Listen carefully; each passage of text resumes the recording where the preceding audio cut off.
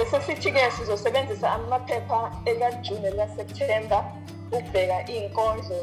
Sicabanga ukuthi lokho kuzosiza ukuthi sikhathule ey'nkondleni eziwu-8 kulezi eziwu-12. Sathola nokuthi asicabanga ukuthi mhlambe imibuzo ebibuzwe kulamaphepha sebengayiphinda injalo njengalokhu kuningi kangako kungasebuzwe.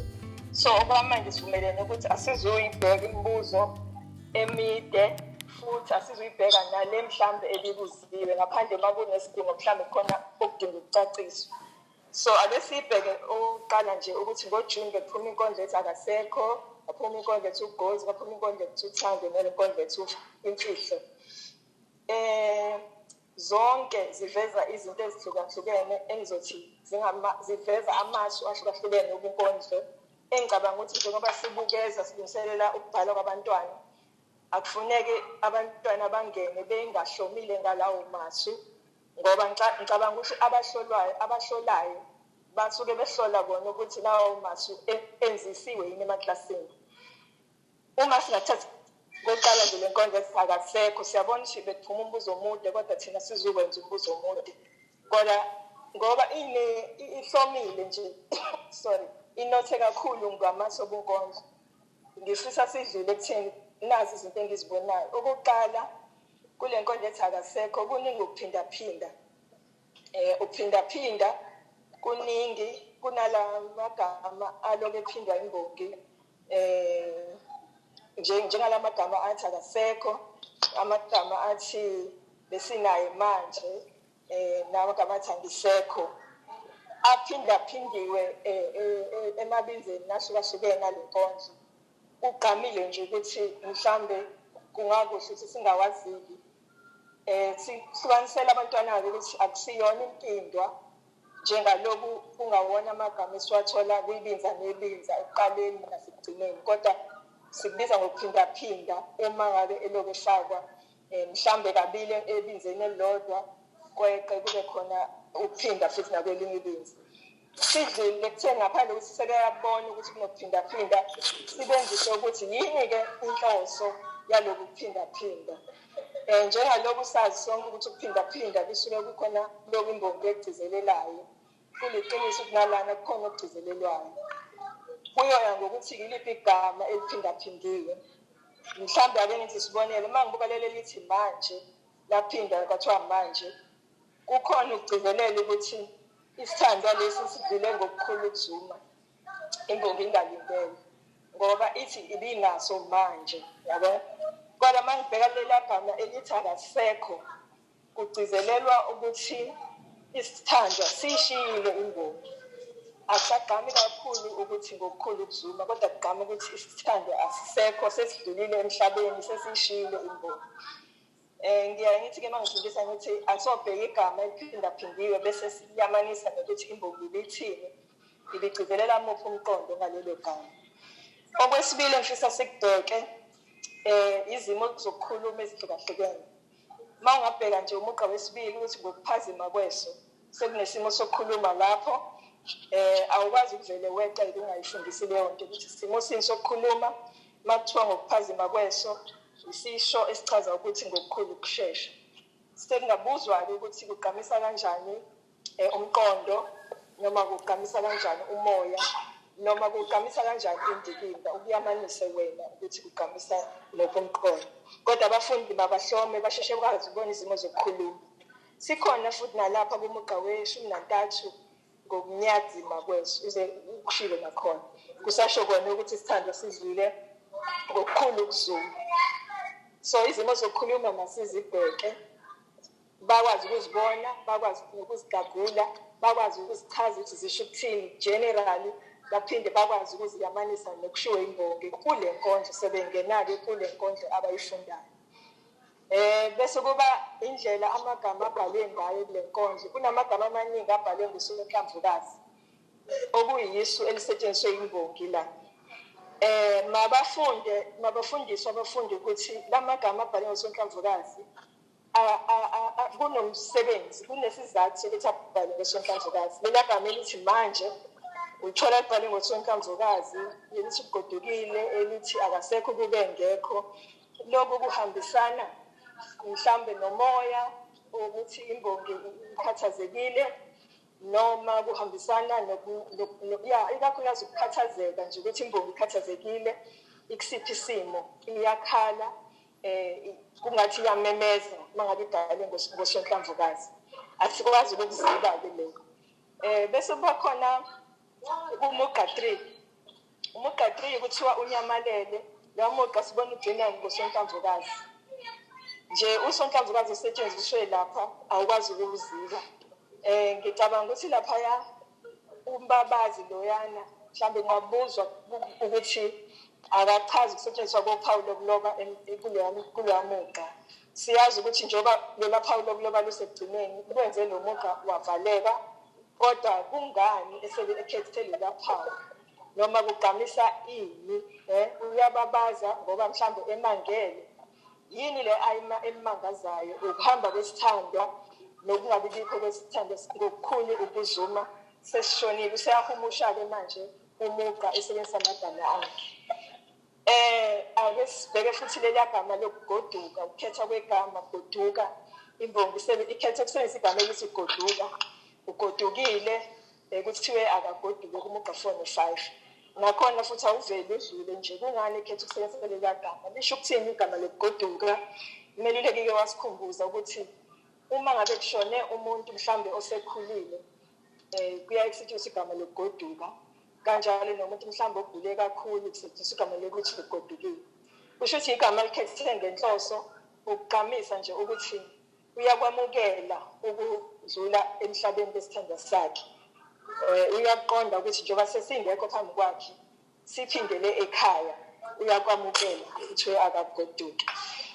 bese kuya kumuga 6 umuga 6 kune-ellipsis lapha ngiyabona amachashaza amathathu angikwazi mina ukukuziba sicabanga kufanele sikhulume ngayo ellipsis leyana isebenza uma umuntu okhulumayo okanye obhalayo etshengisa ukuthi nenkulumo esalayo ayekayo laphayana ngikuyamanisa mhlambe nomoya umuntu ekusiphi isimo uma ekhuluma angaqedi uyabona ugamisa umoya wokukhathazeka njengoba simbona ukuthi ushiwe isithandwa sakhe bese siya lapha kumbuzo mbumbulu osemgqeni 9 nomuga 10 kazi ngizomtholaphi kazi ngizomthathaphi umbuzo mbumbulu-ke uyisifenqo uma ngabe sifuza inkondlo isifenqo uma ushesha siyisimo sokukhuluma sitho ohlolayo angakhuluma ngesimo sokukhuluma okuzokwenza ukuthi ophendulayo abese eyasho ukuthi isimo sokukhuluma esiyisifenqo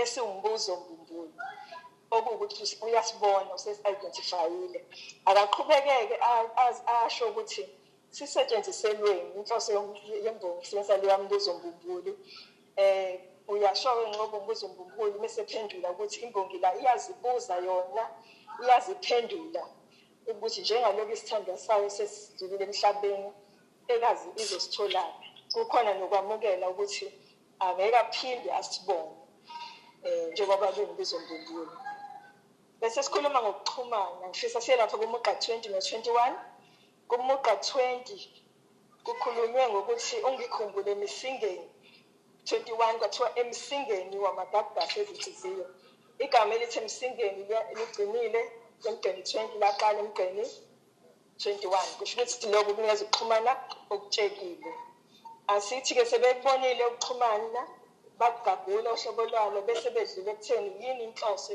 yokusetshenziswa kwayo siyakhumbula ukuthi uma ephindaphinda amagama kanje ingoba uyagcizelela yini leyo ayigcizelelayo mhlawumbe ugcizelela umqondo noma ugcizelela indikimba noma ugcizelela umoya kuzwa ngokuthi ohlolayo embuzweni omfishane umethanda ubuze kanjani sibagade nje ukuthi bona abagade bakwazi ukuphendula uma kuwumqondo umqondo ogcizelelwayo othando olunjani olukhulu ungikhumbule emsingeni wamagagasi ezinhliziyo ufisa isithandwa sakhe simkhumbule ekujuleni kothando olukhulu ngoba umsinga amagagasi nomoya omkhulu olaphaya olwandle kodwa la akasho ulwandle kodwa ukhuluma ngothando olukhulu kade beluqhuba besandawonye abese ngena-ke emgqeni ayibeke ngawakhe amagama umfundisi. Hlezi zimbili iy'tephu, uyakubona lokho okubonayo ebese uyakuhumusha ngokwenkondlo ephambi kwakho usebenzisa amagama akho. Ngiyathemba sisahambisana. Ebese siqhubeka siye laphaya kumfanekiso mqondo emgqeni 24. Siphothana, sibhilingana, sishulingana. Kuwumfanekiso mqondo wokubonakalayo ngoba sakha isithombe sento esingayibona. Sibabona bephothana, bebhilingana, beshulingana, besaqhuba kahle uthando lwabo. Akakwazi-ke umfundi ukuhumusha lokhu kusho ukuthini, kwakwenzekalani. Ukuphothana uzuze ukachazele ukuthi uma uphotha into usuke uyihlanganisa engahlukani. Njengokuphotha intambo, uthatha intambo ezimbili uyihlanganise zibe zinye. Bese kuyamanisa nokuthi besathandana babebambisene beyinto eyodwa. Bejabule nake abasebepilingana behambisana kamnandi naba sebeshulingana. Kuwo futhi lo muga into enhle nje sibona okunye okugamayo okuyifanamsindo. Ifanamsindo uma ubheka laphaya umsindo kasi uphindwe kwaze kwaba kathathu, siphothana, sipilingana, sishulingana.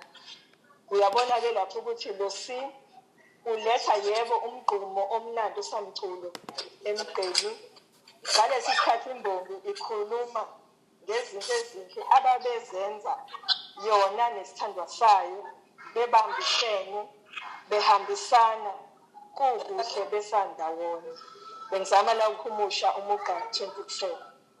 Bese ma ngiya kumuga 27, into engigqamelayo lapha ithoni.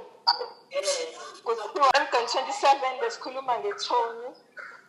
Nake lapho kuthiwa goduka gugwelihle.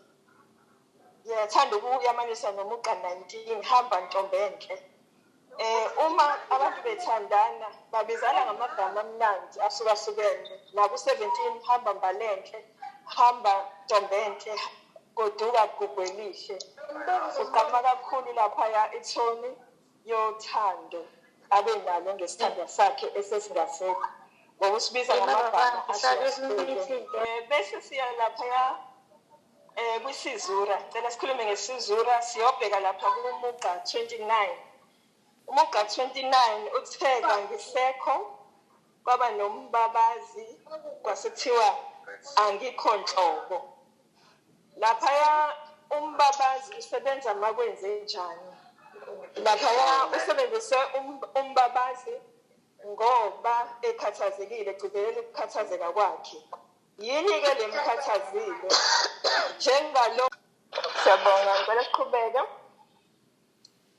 Bese sithi-ke bese sikhuluma ngesizura, sasho ukuthi lapho uphawu lombabazi uphawu lombabazi imbongi isebenzise ngoba igcizelela ukukhathazeka kwayo ngoba ishiwe isithandwa sayo.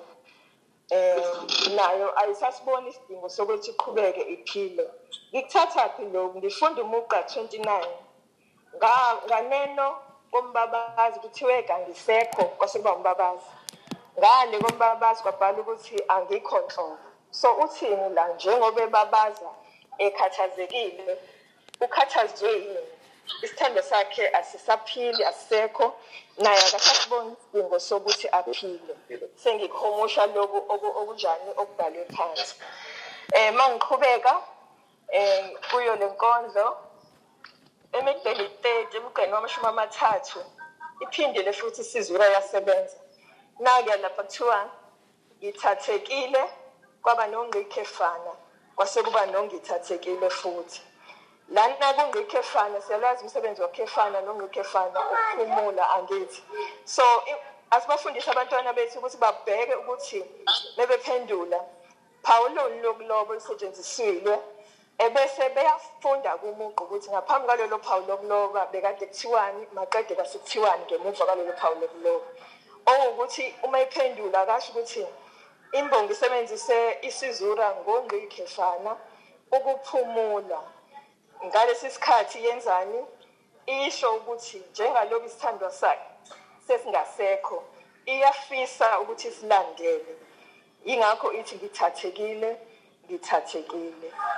Ngiyacabanga ukuthi lapho suke suhumusha-ke lokho okubhalwe phansi ukuthi bithini kube ngamagama akho. Ungaqhubeka nje neminye imigqa uzothola ukuthi kunesizura khona. Ya, bese-ke uma uqeda ukwenza lokhu esesikwenzile, ngicela sidlulele kumoya-ke wenkondlo. Ngicathi umoya wenkondlo yonkana siyavumelana ukuthi kunomoya wokukhathazeka. Kodwa kuyangigamela njengalokhu sithi sibheka imbuzo emfishane ukuthi umoya webinza lesithathu uthanda ukwehluka kunamanye amabinza. Lapha ebinzeni lesithathu la ekhuluma khona ngezikhathi ezimnandi babeziqhuba besaphila nesithando sakhe beqhuba uthando lwabo. Ngakho kunomoya wothando lapha kuyapilingwana kuyashilingana kugwezwa umkhumbi wothando.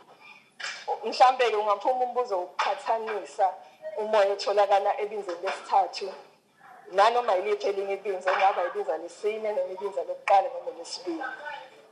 Asibafundise ukuqhathanisa abafundi bethu. Bese sidlulela-ke emva komoya sibheke sikhulume ngemigqa. Imigqa lenkondlo imigqa nje ongeke ukwazi ukuziba kufanele ikhulume ngayo ngoba iyadluladlulana. Kukhona imigqa emifishane kube khona emide. Kusukela emigqeni yokuqala nje amagama amabili bese kuba umugqa wesibili abe mathathu, umugqa wesithathu libe linye. Kusheshe kwagqama ukuthi isimo asikho sihle kuhambisana lokhu nokukhathazeka kwembongi njengolokhu kushiwo isithandwa sayo. Ukudluladlulana kwemigqa kuhambisana nesimo esingekho sihle. Mhlambe-ke ngakuyamanisa nomoya wenkondlo imigqa yakhona. Uma usudlulile ngazange sawuthinta umoya sakhuluma mhlambe nangemigqa. Isigqi-ke angithi siyazi ukuthi senziwa hayi nje imigqa kodwa ikakhulukazi umoya ozosho ukuthi isigqi sinjani. So kodwa mebephendula umbuzo wesigqi kumele bayibheke imigqa kodwa babheke kakhulukazi nomoya. Uzobona-ke ofunda lenkondlo ukuthi imigqa eminingi yakhona ivalekile kodwa ikhona mhlambe evulekile embalwa. Asibafundise basho lokho abakubonayo ngemigqa. Maqede badlulele emoyeni ebese sishilo ukuthi kunomoya wokukhathazeka. Lokho kudala ukuthi isigqi sibe njani sinenze ngoba imbongi ikhathazekile. Nawo futhi umoya abavele bawugagule bawushiye kanjalo. Mabasho ukuthi kule nkondlo imbongi ikhathazwe yini. Ikhathazwe ukudlula kwesithandwa sayo ngokukhulu ukuzuma ayisasiboni nesizathu sokuthi iqhubeke nokuphila yona. Hhayi-ke indikimba isiyasiphumela ukuthi lana kunendikimba yokufa. Ngicabanga ukuthi iloko ebengilungiselile kule nkondlo. Angazi noma ikhona imibuzo ngoba okusele manje ukuthi siqhubekele kwinkondlo ethi ugqozi, inkondlo ethi uthando, inkondlo ethi imfihlo kulezi zikaJune ebese siya kwezikaSeptember. Ngicela ukuma ngidedele mhlawumbe imibuzo uma ikhona kubalingani. Mhlawumbe umeluleki ukhona afisa ukuphawula. Ngiyabonga Gugu. Akukho kakhulu ukuphawula. Ngicabanga ukuthi amasu wasawakhave wonke lapha kule nkondlo lethi akasekho. Ngicela siqhubeke phambili. Siqhubekela kwinkondlo ethi ugqozi siphethe lona iphepha likaJune. Nakhona futhi angifuni sigijimele imibuzo ebibuzwe ngoJune. Sizokwehla nayo nje inkondlo le. Othisha sebeyifundisile umqondo wayo. Njengamanje siqhubeka sibheke amasu. Ngithathwe kakhulu ebinzeni lokuqala umugqa wesine othi ngakhuleka laze layoshona. Ngicabanga ukuthi kuyamuqa unomoya ogqamisayo. Kufanele kuvele lapho ukuthi kunokulangazelela imbongi ilangazelela ukuthi ivulelwe emasangweni akaDukuza. So kunomoya wokulangazelela okungigqamela kakhulu. Uma ngiyebinzeni lesibili naya imvumelwano emqeni 7, 8 no 9 kunalo yaqwa osekuqaleni.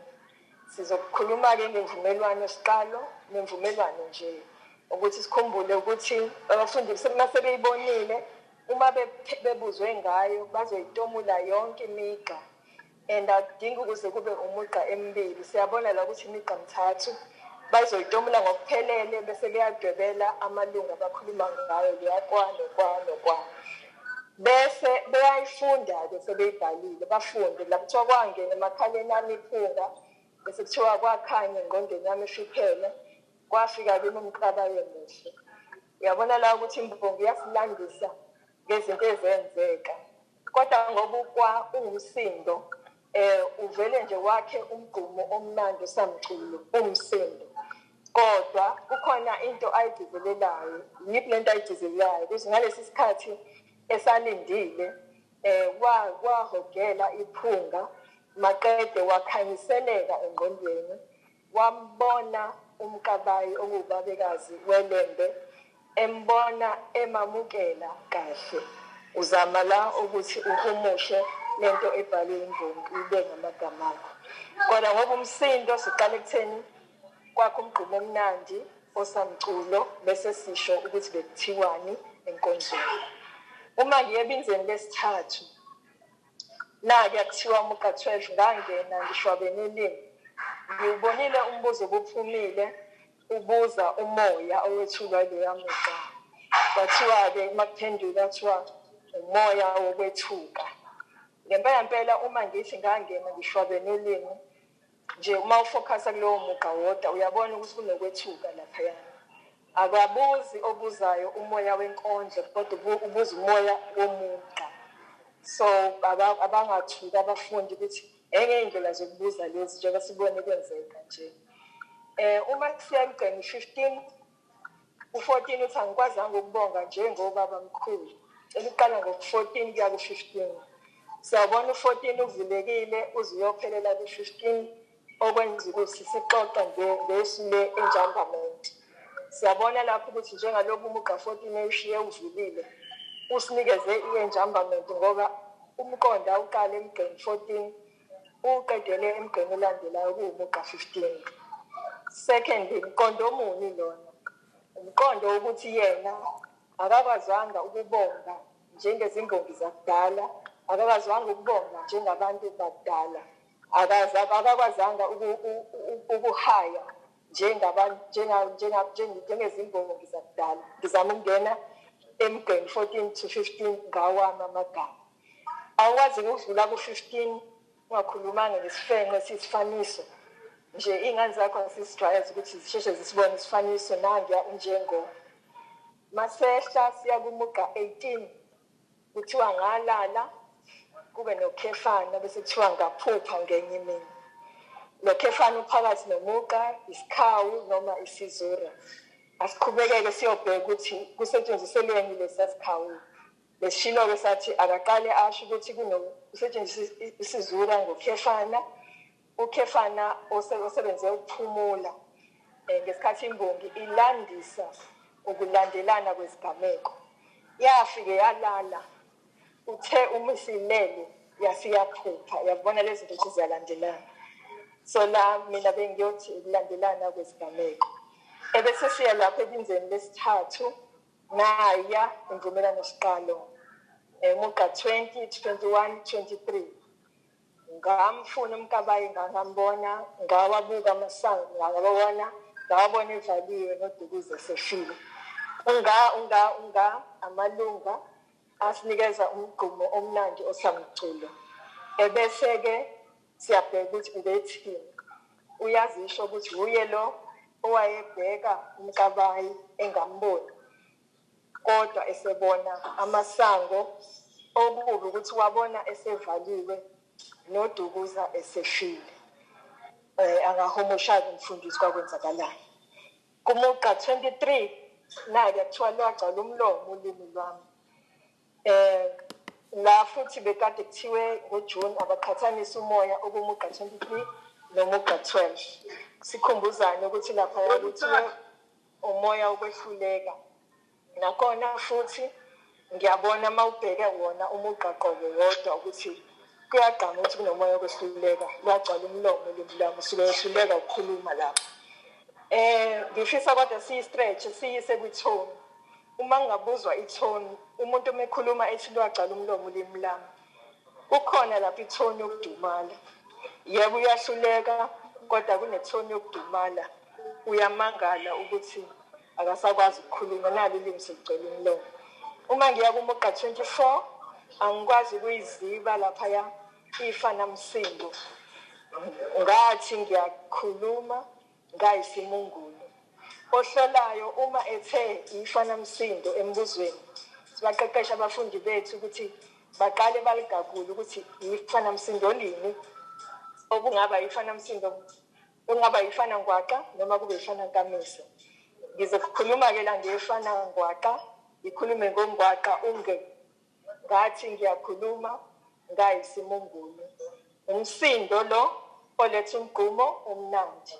Ngalesi sikhathi imbongi igcizelela ukuthi iyona qobo lwayo le eyayithi yazama ukukhuluma kodwa ihluleke. Isuhumusha-ke ngokwenkondlo. Ngiyalithanda leliya gama kuMuka 25 kanti sengintshontsha amandla ezimbongi. Ulikhethile igama lokuntshontsha okuvela ukuthi wazibona engasiyena umuntu onawo amandla. Ubone ngathi amandla abanye okuba imbongi. Uthi useyawantshontsha kunokuzehlisa kuyena laphaya. Abafundi-ke bochaza ngendlela ebafundise ngayo. Ebese siya lapha ebunzeni lokugcina. Ngithathwa uMuka 27 uma ethi lapho ngilele kwesikabhadakazi. Abakwazi abafundi ukungena kwi-exam bengazi ukuthi kusho ukuthini ukuthi ngilele kwesikabhadakazi. Kwesikabhadakazi ngiyacathi siyakhumbula ukuthi kusuke kuphakathi kwamabili, phakathi nobusuku. Uthi ngisho eselele kodwa wenze njani? Uyavuka ngoba usefikelwe umkabayo okuyena wamnikeza amandla ebumbongi. Athi awabonge abhale ngoba usemnikezile amandla ukuba imbongi. Okufikela noma inini siyazazi imbongi ukuthi ziyavuka naphakathi kwamabili zibhale izinkondlo. Yes, kuyagqama-ke la ukuthi leliya binza lisebenze kakhulu ukugqamisa indikimba kuze kwabuzwa nalaphaya embuzweni kade ubuziwe ngoJuni. Masiyibuka imemo ikhulume ngendikimba yogqozi, kodwa futhi iyakufaka indikimba yamadlozi. Siyakhumbula ukuthi uMkabayi ufika ngephupho azomnikeza igunya lokuthi abhale izinkondlo. Kusho ukuthi indikimba yamadlozi nayo isangena, kodwa-ke asibafundise bakwazi ukuyiseka ngokwenkondlo. Yilokho enginako ngale nkondlo yogqozi. Nalana futhi singama mhlawumbe makukhona ukuthasisela nemibuzo ngoba kusekhona ezinye izinkondlo ezi-6. Khona mhlawumbe wofuna ukubuza? Okay, siyabamukela Hlengiwe. Yebo, ngiyabonga sisigugu, ngiyabingelela ngimeluleki. Ngisacela ukubuza ngiyaxolisa ukuphindisela emva kancane. Ngithi ngiyaphakamisa la isandla ku-akasekho. La ukuthi ukuphinda akusimpindo mhlambe ngifake ehlathini ningani zami. Ukuthi u-akasekho ukuthi khona into oyishilo ukuthi u-akasekho ngoba ngokwalwazi lami ukuthi impindwa amagama afanayo emabinzeni ahlukahlukene. Ukuphinda kuba isemgqeni owedwa njengala ukuthi maye kanti nje lithando. Ukuthi mhlawumbe ngathi ngisalile kancane lapho bese kokugcina la kuyimpawu kwisizura ukuthi uphawu kufanele abafundi bazi ukuthi uphawu oluthile lisetshenziselwani ngoba mhlawumbe umuntu uvele wafaka ublanket nje savele ngathi nje kufanele bazi ukuthi kusetshenziselwa nje ukuthi bebala noma ubephumula noma ubehlukanisa amagama. Ukuthi mhlambe kunokuhlukana kokuthi makusebenza ukuthi lolu phawu lusebenzela ukuthi kanjalo ngathi ngisathanda ukusala lapho. Ngiyabonga. Ngicela ukuphendulela kuGugu. Ngiyabonga mama. Gugu, ngicela ukuphendula. Yebo kulungile mama khuluma. Umbuzo wokuqala wokuphinda nempindwa. Ukuphinda Hlengiwe ila uthola khona ukuthi kunegama eliphindwa njalo enkondlweni. Njengaleli akasekho, kangisekho, kakasekho, lokho eliphinda igama just a word, one word. Ukuphinda lokho kwegama. Bese kuba khona impindwa Hlengiwe ila kuphindwa khona umugqa ofanayo. Ungaphindwa ekuqaleni kwebinza noma egcineni kwebinza, umugqa noma isigejana samagama. Isibonelo nje khona inkondlo ethi ngizwa uthando. Imbongi ilokhu ithi ngizwa uthando olunzonzobele, ngizwa uthando lungenwayanwaya, ngizwa uthando olunzulu. Angisani umkhonto enjalo. Kodwa lapho uphinda impindwa, uphinda amagama amabili, isigejana samagama. Njalo uma ezoqala ibinza uyaliphinda. Nkosikelela i-Afrika, thola ukuthi uzophinda umuqa ophelele. Impindwa-ke leyo hlengiwe. Phinda nempindwa akufani. Asinayo-ke inkondlo enempindwa mqondo. Khona into ethiwa impinda mqondo. Asinayo-ke, angeke sikhulume ngayo. Kusho ukuthi hamba kuyolungisa. Usho njengoba uGugu esho ukuthi uakasekho unani unokuphindaphinda kwegama. Uakasekho, igama eliphindaphindwayo uakasekho. Kodwa impindwa Nkosikelela Afrika unempindwa ubani ngizwa uthando lunempilo. Ngicabanga ukuthi uyezwana. Isigejana noma uqophelele impilo. Ukuphindaphinda isiphindaphinda igama. Okay ma'am. Uma lapha kulomugqa mayiphinda umaye nokuthi yebo ngiyakuvuma Lithando. Akusivona lokho kuphindaphinda. Akuyilutho nje lokho nje kunesizulu. Oh, okay. Lapho uthi mayezwa uthando olujulile bese ethi oludephile ngezansi olunzonzobele, akusiyona futhi impinda mqondo le. Olujulile nolunzonzobele. Uthi ngiyekele uGugu kaqhubeka kakhulu. Uqale ngalokho agcina ngakho kuhlengeni. Olujulile, olunzonzobele, oludephile. Ngicathi kusho into eyodwa. Ngingasho mina ukuthi kuyimpinda mqondo. Okay. Makulandelana kodwa. Yes, kuyalandelana. Yes, qinisile imeluleko. Alright.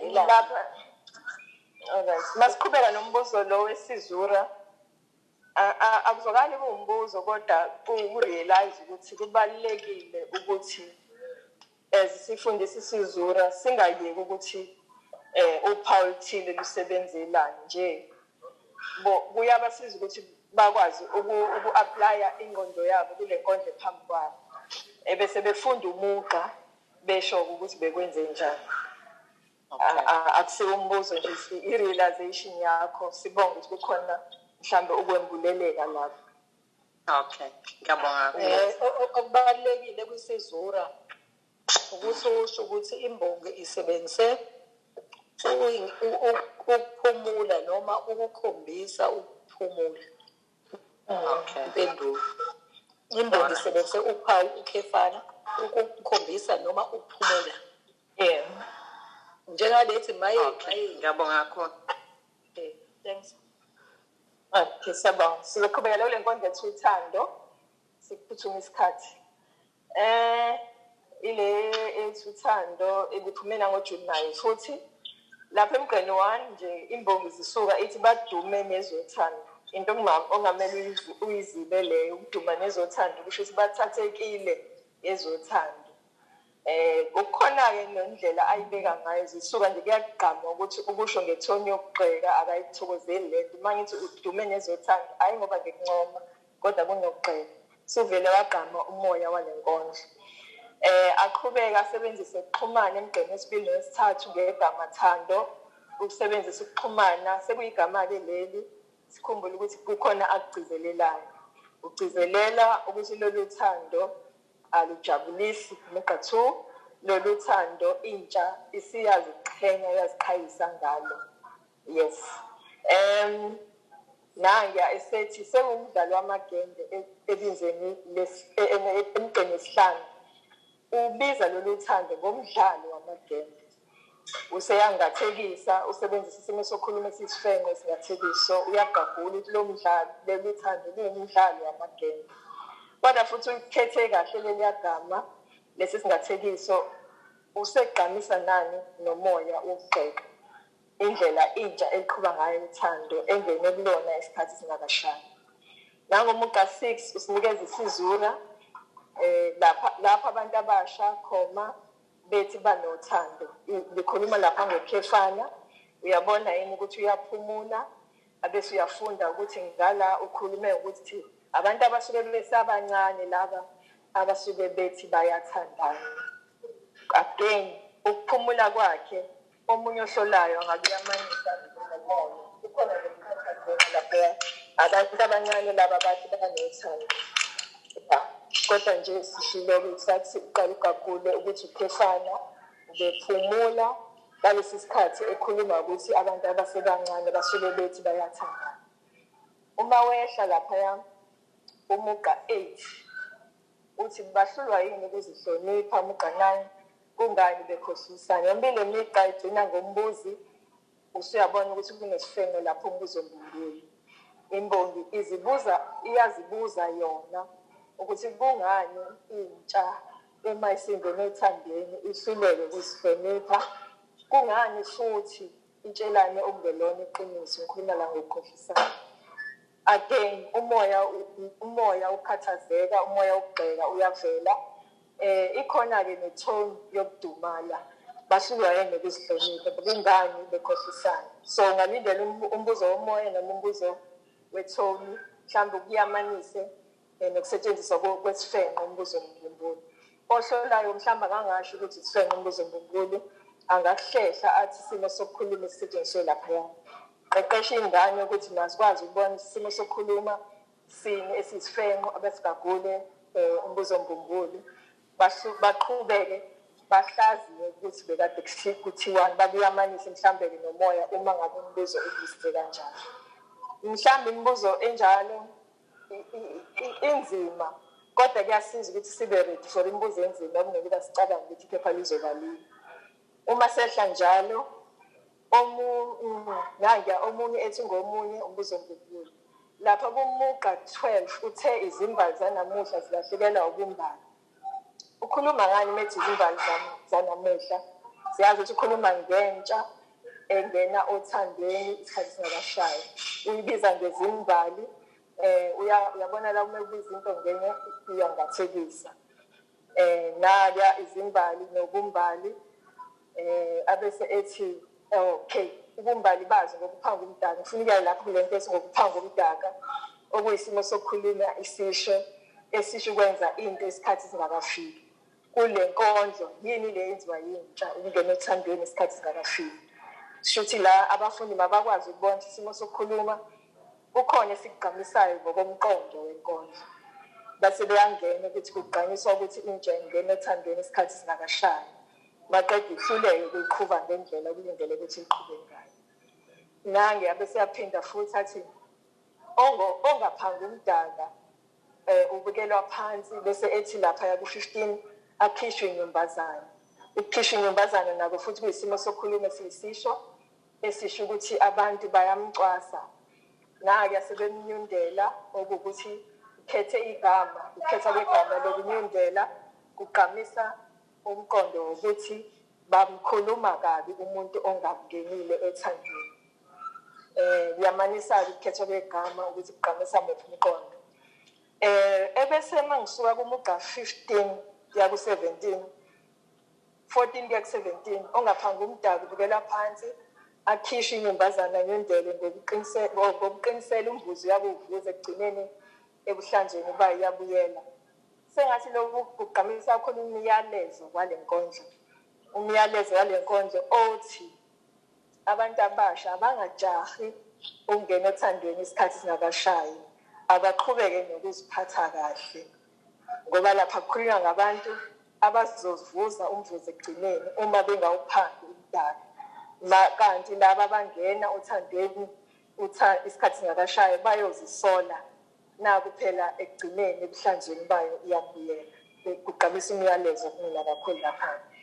Ebinzeni lokugcina kule nkondlo nayi ya ku20 no21 kunoku ekuqaleni imvumelano siqalo umsindo ke lo oletha umgqumo omnandi esamculo. Next yafunda ukuthi kuthiwani. Nayi futhi sizura kumuqa 21 kumelwe emakhoneni kube nokhefana besithiwa nasezigqotsheni. Ngibona ke la iphumulile imbongi nokhefana ngalesi sikhathi ibala izindawo ezihlukahlukene intsha emakuzo uma iqhuba loluthandolwayo olungahloniphi. Uma ngiya kumuqa 23 uthe wo yeka kusadliwa ngokudala. Ngiyathanda lapho ukhuluma ngethoni. Wo yeka kusadliwa ngokudala. Ugqama ithoni yokubalisa, ithoni yokukhathazeka. Imbongi lapha iyabalisa ithi wo yeka kusadliwa ngokudala. Kule nkondlo-ke ayibalisi ngenye into, kodwa ibalisa ukuthi esikhathini sakudala uthando lalihlonishwa, okuyinto engasayiboni manje entsheni yanamuhla. And then mawusuka kumugqa 24 kuya kumugqa 28 kuthiwa-ke kusadliwa ngokudala lalihlonishwa uthando kwangolweqiniso, uthando lalungakhayiswa. Kunomyalezo lapha, kuhambisana kakhulu nomyalezo wale nkondlo ukuthi uthando kumele ngabe luyahlonishwa. Uthando lweqiniso lihambisana nokuhlonishwa, kodwa alukhukhunyezwa, aluziphakamisi. Mhlawumbe mina ukube bengisetha bengiyobuza nje lapho imibuzo mayelana nokuthi leya migqa igqamisa mephi umyalezo, angazi ukuthi bengiyobeka kanjani. Ngiyathanda i-enjambament esuka kumugqa 29 ize iyoba ku-31. Nayi imbongi ibuza kungabe lolu thando ushiya uvulile. 30 intsha edume ngalo ushiya uvulile, ebese ivala ngokuthi olweqiniso na ukumbuzo mbumbulu. Siyabona-ke lapho ukuthi umqondo uqala emgqeni 29 uyophelela emgqeni wama-31. Muphi lowo umqondo wokuzibuza kwembongi ukuthi engabe lolu thando lwentsha oluthathe intsha ilona lona yini, ngabe lweqiniso yini. Hhayi-ke uma uthinte kanjalo, hayi cathi amasu zokubathi impilo abaningi. So ngayake nje embuzweni ngaphandle makukhona okusalayo.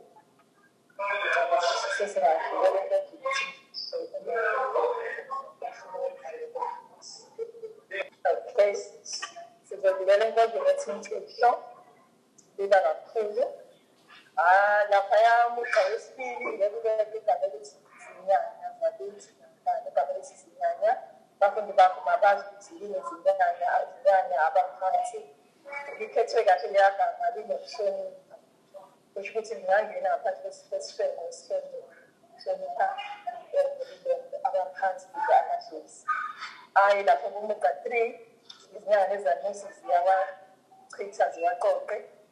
Sonke sesiyazi lapho ukuthi okuvulelwe emagameni ziyawachitha ziwaqoqe. Bese kugcina ngombuzo mbumbulu othi kanti ufihlele. Ngiyayithanda ukuyamanisa umbuzo mbumbulu ngokuthi uqalisa kanjani umoya, uyaziphendula ukuthi ufihlele lapho umoya ukhathazeka. Siseshane kodwa sizaqhubeka nale nkondlo lena. Bese sisathe-ke kunombuzo mbumbulu emgqeni 4. Iphindla lesibili lithi nje nonesifuba, kuba nesifuba kuyisifo bese siqhubeka siyothi umugqa 7 nesimo sokukhuluma ngesigqamisile lapho kuzwa inhlabuhlalo okuyisisho esichaza ukuthula ungakhulumi. Bese uyangena phela ukuthi uthule ungakhulumi mayelana nayo kwenzakalani ngayo ukuthula. Nasi ayisifanisa emgqeni 8 bayozibonela ukuthi banenyeka kuba yihlaziya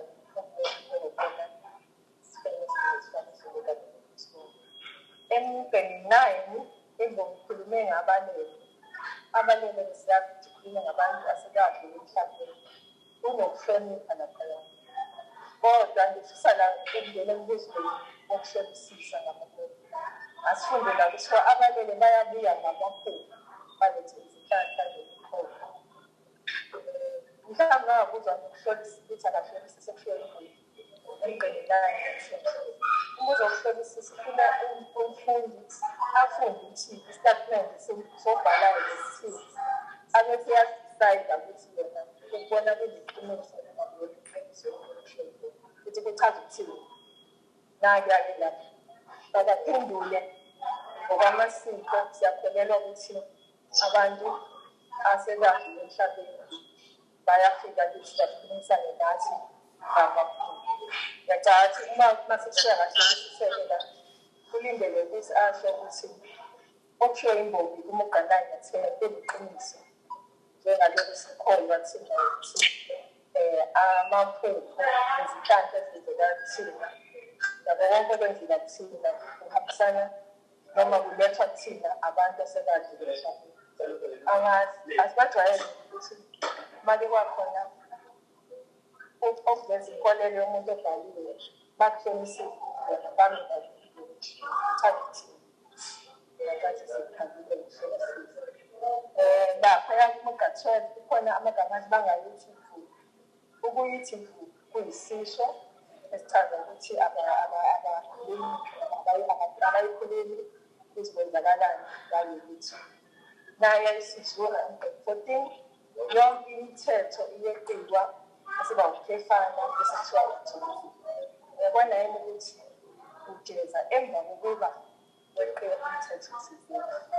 Ngoba usebenzisa ukhefana laphaya ukuphumula ngalesi sikhathi kubalula ulandelana kwesigabelo. Ithi emva kokuba umuntu eqe umthetho ulandela ukuba nje sikwenza sebenza munye vo uvo uyini Isenza ukuthi ngiyabonga kakhulu. Yebo, yes, isenza ukuthi ke nasi lapha bese kuthi 15 no 16 nansi enjambament ngoba u15 uvulekile umqondo oqalwe khona uqedelwa ngezansi bese kuthi 16 phinde usinikeze futhi isizulu. Ngiyathanda lokho siziqeqesha ngesizulu. Uthi lowo uthi asebenzisa ukhefana abese eyawucaphuna umthetho akhuluma ngawo usebenzisa abacaphuni ngamunye ozibonela azizwele. Uyaphumula sebenzisa ukhefana maqede asebenzisa abacaphuni ukwethula umthetho akhuluma ngawo ukuthi wonke umuntu uyozibonela azizwele okwenzeka ngalo kwethuna. Mfunda ngabe general abangena enkondlweni afunda ngayo. Bese kuba uMuga 18 usekhuluma neliba ithuna ngqo. Uthi liba izindaba zakho ziyaxaka azixoxeki. Khuluma nalo singathi lizomphendula. Kubonakala umbizi lapha isifenqo sombizi ngoba ukhuluma nalo ngqo iliba. Bese ngithanda ikhethwa kwegama onyonyobayo kuMuga 19 akukho namunye onyonyobayo. Ukunyonyoba uhambisana nokuhamba kungavunyelwe. Uyabona yini lokho sikugcizelela ukuthi impela akekho umuntu ongakwazi ovunyelwe ukuthatshela isikwenzakalani ngale bethu. Uyabona nako nje ukuhleba kuMuga 20 azosihebela samsana kuqhamisa umqondo ukuthi akekho umuntu okwazi ukutshela ukuthi kwenzakalani ngale bethu. Imbongi ivalele inkondo kusebenzisa isaga ngendlela engajwayelekile. Asikusho ukuthi kuvunyelwe ukuthi imbongi ikwazi ukusiphendulela isaga nokuba sifundisile kuphepha 1 ukuthi isaga asiguqule. Loyamuka uthi abanye bawuthumela idindane kepha kuwe lingelokotho. Siyasazi isaga sithi umendo awuthumelwa kodwa. Sithola la imbongi ithi yona abanye bayawuthumela idindane. Isaga generally sichaza ukuthi umuntu akazi lapho yozanela khona ukuthi uyophathela lana ibithini imbongi sonke lesi simo sokukhuluma esiyisaga. Mhlawumbe obuzayo nekubuza ngehlolisi Phawula ngokusetshenziswa kolimi emgqeni 22. Yabona uhlesile wathi ulimi. Sekufanele wena uidentify ukuthi isimo sokukhuluma esiyisaga esithi umenda uthunyelwa kudani. Ebese uyangena ukuthi kule nkonzo sisetshenziswa ngendlela engajwayelekile ngoba imbongi ithi abanye bayawuthumela igondane. Lokho kugqamisa umqondo ukuthi ngokwenkondlo ngokwembongi akekho umuntu ongathumela ayobuza ukuthi kwenzakalani uma umuntu esedlulile emhlabeni ngale bethu. Impilo yangale ayazi. Usungena kule nkonzo usebenzise ngempumelelo lesisaga ukugqamisa lowo mqondo esonje. Ngifuna besihlale lapho isikhathi sesivumele. Lapha kuSeptember ngicela ningivumele ngingasazenzi zonke. Sivele siye kule emfishanyana esingibonga ngiyanqonqoza. Kodwa ngicathi i-start stage ne-approach siyayibamba ukuthi asizofocus embuzweni ebibuziwe kodwa sizongena kulezi inkondlo zo-8 sizinikize kungabi bikho abangena bengakwazi kuzona. Right, enkondlweni ethi ngibonga ngiyanconcoza, ngicela ukuqala ngikhulume ngokuphindaphinda. Again, ngicela uHlengi uzoshesha ajabule uma ngabe sisakhona. Siyalibona igama lokucija. Ngisakhona ngiyajabula. Siyabonga. Yalibona igama ukucija liphindaphindwe kaningi la. Kusho ukuthi kunayo ukugcizelela, mqondo omunye lokugcizelelayo. Nithi siyazi la ukuthi imbongi ibonga abantu abayifundisile, bayiqeqesha ngezinga eliphakeme, yaze yaphumelela nayo yakwazi ukuthi ibhale bese yahlonishwa phakathi kwababhali asebebadala, yaze yanikwa ngisho umklomelo ngekhono layo lokubhala.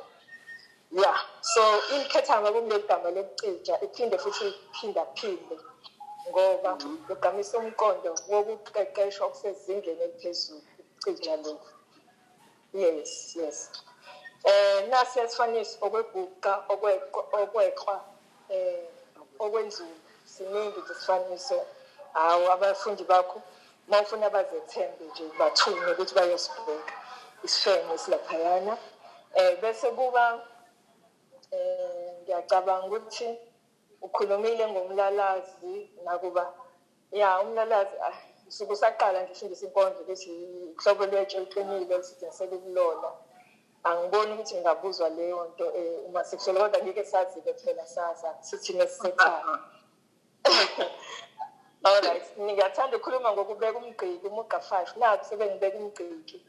Kuyisisho ukubeka umgqiki okuwukuthi sebeyamamukela ukuba ahlale ebandla lezingengelezi.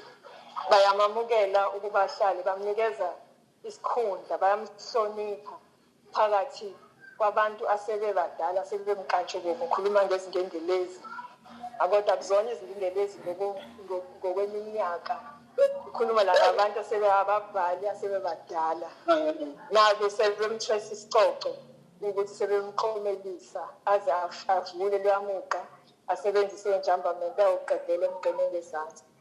Uyasichaza lesi sicoco ukuthi sithole ngokudla umhlanganiso. Sebenzisa isisho ukudla umhlanganiso esisho ukuphumelela.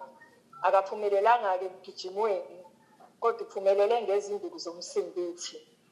Okuphumela ukuthi uphumelele ngokubhala yena. Ayithi lapha yakumuga 9 asebenzise ifanamsindo ngincoma ngiyanconcoza kubacija bezimpondo. Omunye angakhetha omunye angakhetha uncipho. Ngithanda kakhulu umkhumbuzi kwababuzwa la ukuthi yini eyenzeka kuwena uma uzwa ukusetshenziswa kwefanamsindo emgqeni 9. Kwakhulunywa ngoncipho. Abafundi kwalindeleke ukuthi basho ukuthi kuzwakala kumnandi kumina, kuzwakala samculo. Okuwukuthi kusho khona phela ukuthi kuletha umgqumo omnandi usamculo. Khumbula ukuthi sikhuluma ngelusinde, this is just a sound.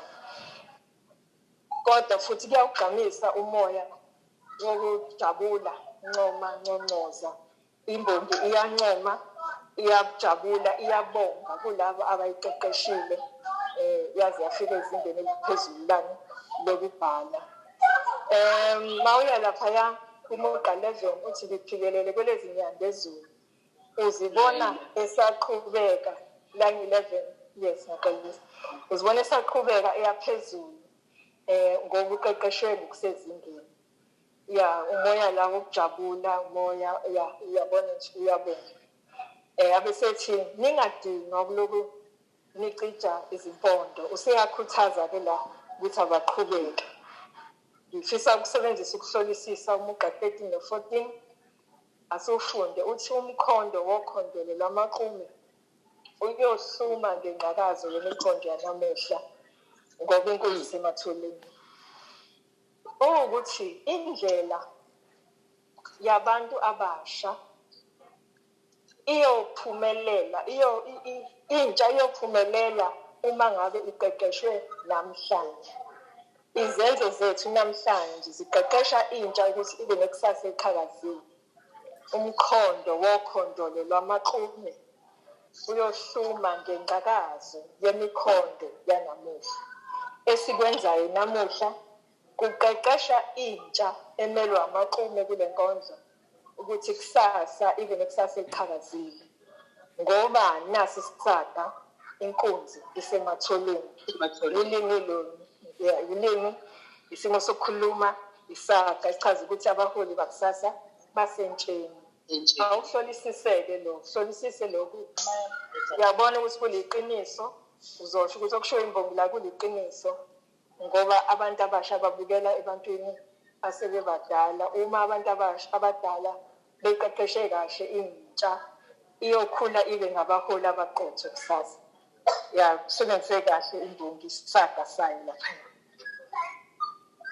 ya siqedile-ke inkondlo ngiphuthuma-ke nje singaze siphinde sikhishwe la embuzweni emide ngizokhumbula ukuthi ngoJuni bephume umyalezo ngoSeptember kwaphuma isizinda angikho-ke la ekutheni ngibona kuphi okuzophuma kodwa ngithi abafundi bethu mabakwazi lama-essay phela ngithi abekuphumile ngenyanga abakwazi ukubhala i-essay yomyalezo abakwazi ukubhala i-essay yesizinda mina ngiyayiqala uma ngifundisa i-novel ngiqale nge-essay yesakhiwo ngoba iyangisiza ekutheni ngiqoqe ulwazi lencwadi ukuthi ihamba kanjani ngoba isakhiwo siyayibala igameko maqede sizifake ngokwamazinga aso isakhiwo so ngicathi i-starting point ukufunda isakhiwo bese ubathuthukisela emiyalezweni mhlawumbe uqale ngesizinda bese usiya lapha emiyalezweni uqhubekeke namanye ama-essay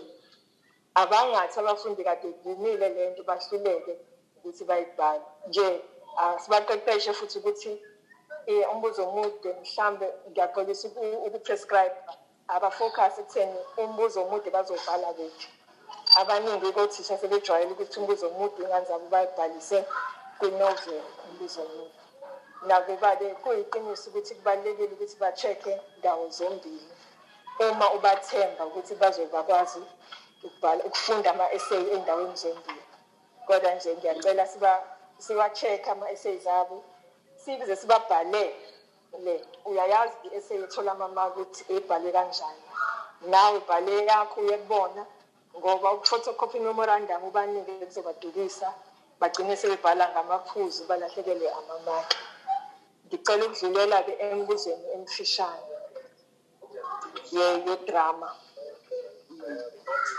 okay imbuzo emfishane yedrama ukhona udinga ukungena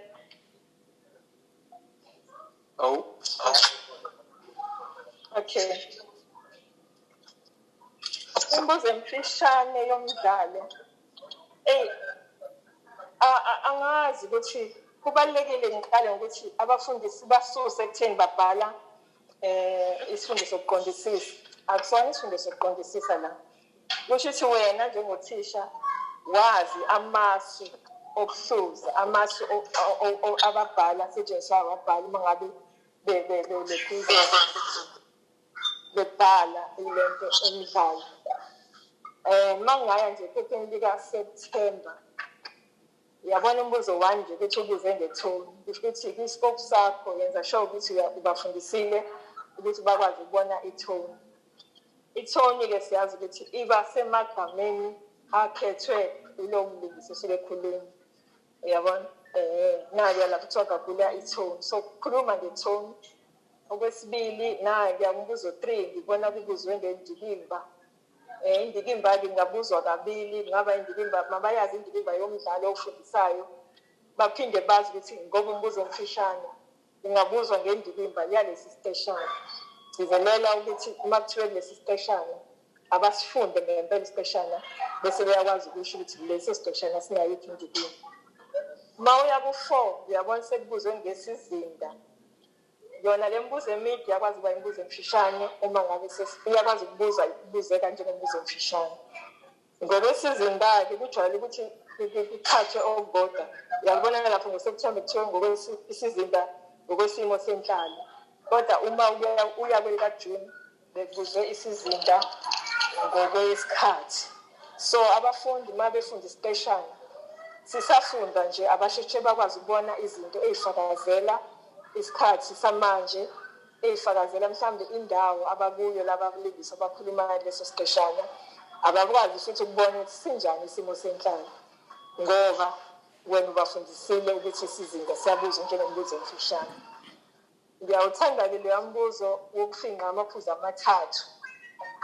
Njengamaphuzu amathathu 13.5 ngoSepthemba okwenza uNkululeko azithole esenolaka alibhekise kwamakhunga. Ngicela uhambe uyobheka imemo. Omunye bengathi imbangela kodwa lapha kuthiwe ngamaphuzu amathathu okwenza uNkululeko, which is good ngoba kucace kusobala. Akubuzwanga igameko, kubuzwe okwenza uNkululeko. Ngiyafisa ukuthi abafundi bethu sikwazi ukubahlukanisela phakathi kwembangela nesizathu mhlawumbe umphumela kanjalo nomthelela. Sizobuya-ke kuleyo mbuzo. Umbuzo 13.6 ubuzwe ngokuvezwa kwabalingisi. Uyabona ukuthi ufundise ithoni, wafundisa indikimba, wafundisa isizinda. Nakuya la usukhuluma ngokuvezwa kwabalingisi.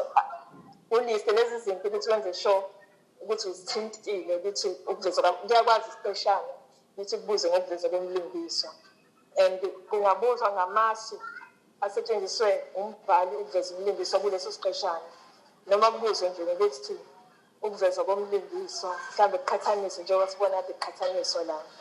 Uma kubuzwe ngamasu kuyamforce umfundi ukuthi asho ukuthi lona liphi isu alisebenzisile embhali, mhlawumbe isu umchaze yena, mhlawumbe usebenzise isu lobudrama lapho ebonakala ngezenzo zakhe njalo njalo amasu ahlukahlukene. Mhlawumbe abanye abalingisi bakhuluma ngalo mlingisi bayamusho ukuthi unje kuye ngesiphepho esikhishiwe. Kodwa mangashiwonga ukuthi amasu mhlawumbe-ke sekufanele abheke ukuthi izenzo zakhe noma ukukhuluma kwakhe kumenza abonakale njengomuntu onjani bese yaseka ukuthi ushiswa yini lokho.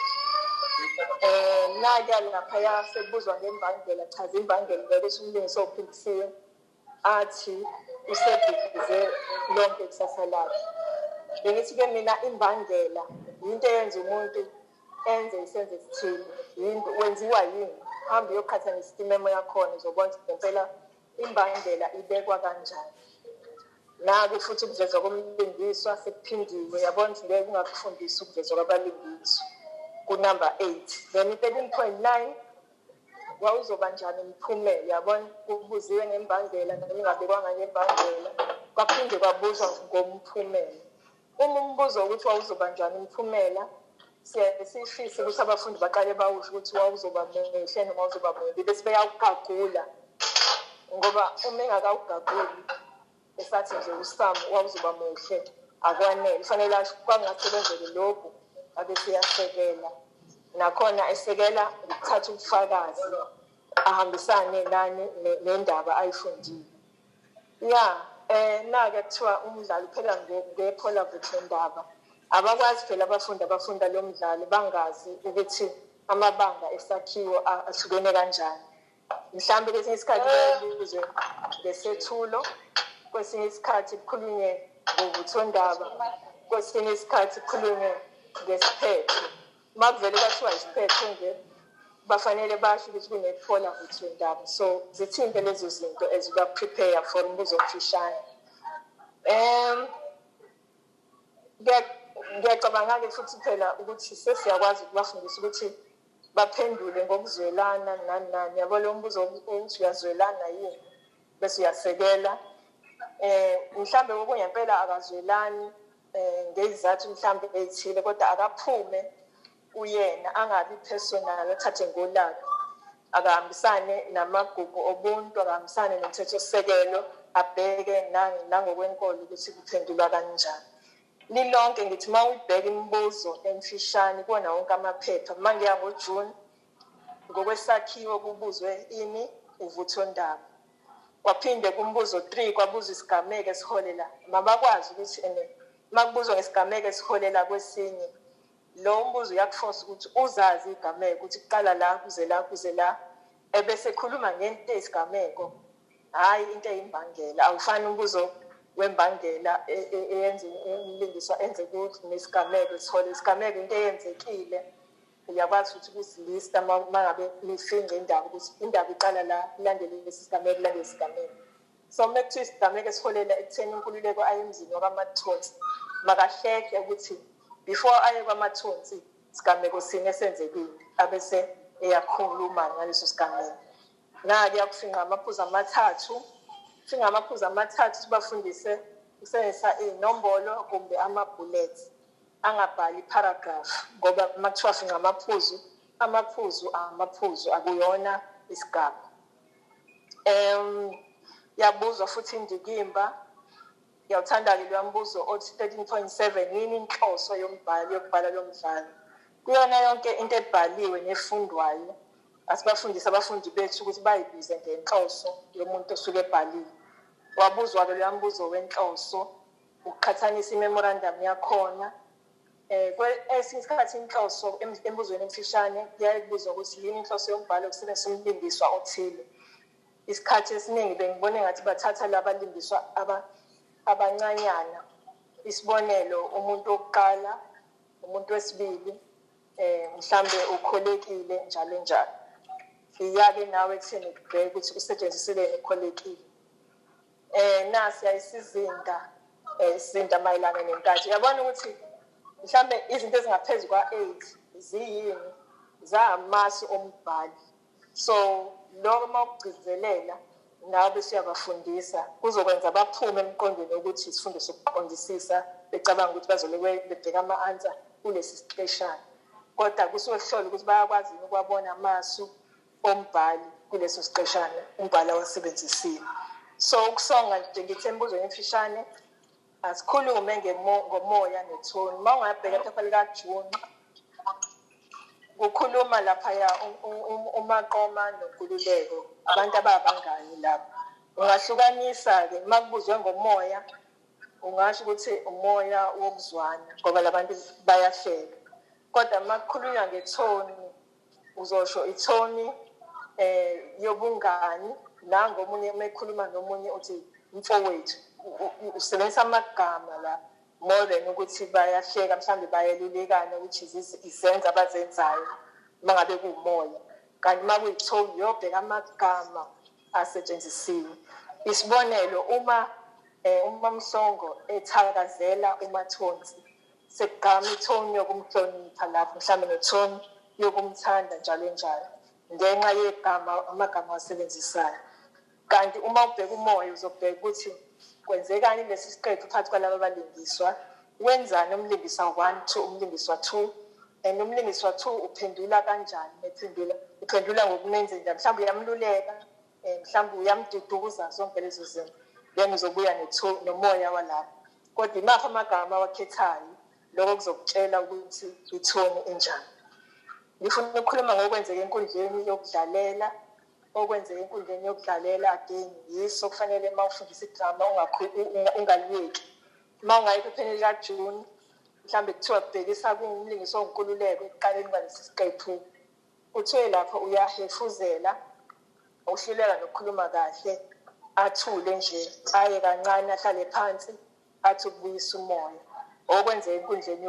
yokudlalela lapho bhekise kunkululeko ekuqaleni uma esephendula umfundi akangawasebenzisi njengoba enjalo lamagama kodwa akawahumushe ukuthi ukhathele akasakwazi ukukhuluma ngoba uthukile ngithi uyayazi indaba uphume ngesamagundane phela inkululeko lapha yakamathonsi usegijima la uyotshela umngani wakhe ngoba uphume ethukile akakuyamanise nolwazi lendaba kodwa futhi akuhumushe ukuthi inkululeko wenzani umsebenzi womlandi awukwazi ungakhulumi ngawo umsebenzi womlandi mawubuza ukuthi ngisishane ndamazi umlandi uyakwazi ukuphilela imizwa yabalingiswa uyakwazi futhi ukuthi achaze indawo noma enze njani uma ungaya kuphepha likaJune khona la ethi unkululeko esho enqapha kusho umlandi kuma brackets khona la ethi khona umlandi futhi kuyabonakala uzishaya isifuba ngalento ayikhuluma inkululeko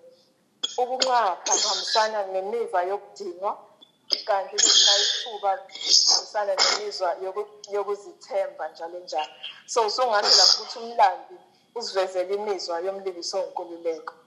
Right. Ikhuluma-ke futhi ngokujeqeza emuva.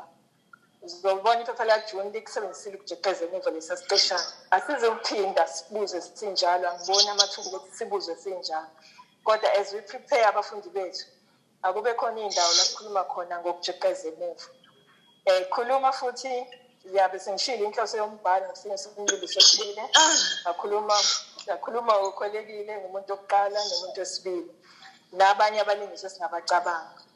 Isizinda ngokwenkathi ungabuzwa kuthiwe kulo mdlalo noma kuthiwe kulesi siqeshana. NgoJune kukhulunywe ukuthi uphindisiwe usehlala ephumula section. Kukhulunywe ngamaphoyisa, kuhlelwa ubugebengu. Uyabona yini ukuthi ngokwendawo indawo yasedolobheni ngoba kukhulunywa ngama-section. Ngokwenkathi inkathi yamanje ngoba sekunamaphoyisa kukhona nalugebengu ababuhlelayo kulesi siqeshana njalo njalo. Yes. Isizinda wesimo senhlalo ilogo. Isikhathi esiningi mhlawumbe umehluko phakathi kwesizathu nembangela nomphumela nomthelela. Isizathu sijwayele ukubuzwa njengombuzo olula ukuthi kushiwo ukuthi ngoba noma ukuze enkulunyweni yalabalingisi.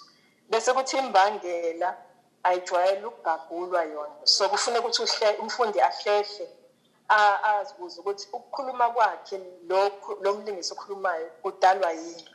Mhlawumbe ngoba unovalo thizeni, mhlawumbe ngoba unokudinwa thizeni, akubhaliwe kodwa phansi imbangela emenza ukuthi akhulume noma enze okuthile.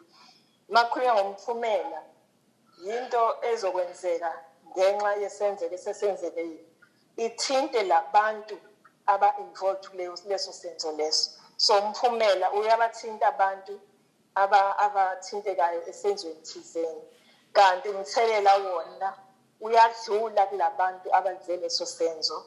Uyobheka mhlawumbe umphakathi abahlala phakathi kwabo, uyobheka mhlawumbe umndeni wabo. Ake ngithi mhlawumbe kukhulunywa ngomathonsi nomamhlongo. Makhulunywa ngomthelela awukwazi ukukhuluma ngabo bobabili, usuyaphuma kubona. Mhlawumbe uyokhuluma ngabazukulu, mhlawumbe uyokhuluma nani, ungaze uhleke ufike ezweni umnotho wezwe njalo njalo kuya ngombuzo. Ngathi ngiyazwakala mangithi umthelela awuzuzungeza kulabantu aba-involved kuleso sehlakalo. Ngicela ukuma-ke la ngidedele umeluleki angisenako ongikulungisile mina manje. Kodwa ngiyabonga kakhulu ithuba enginikeze lona.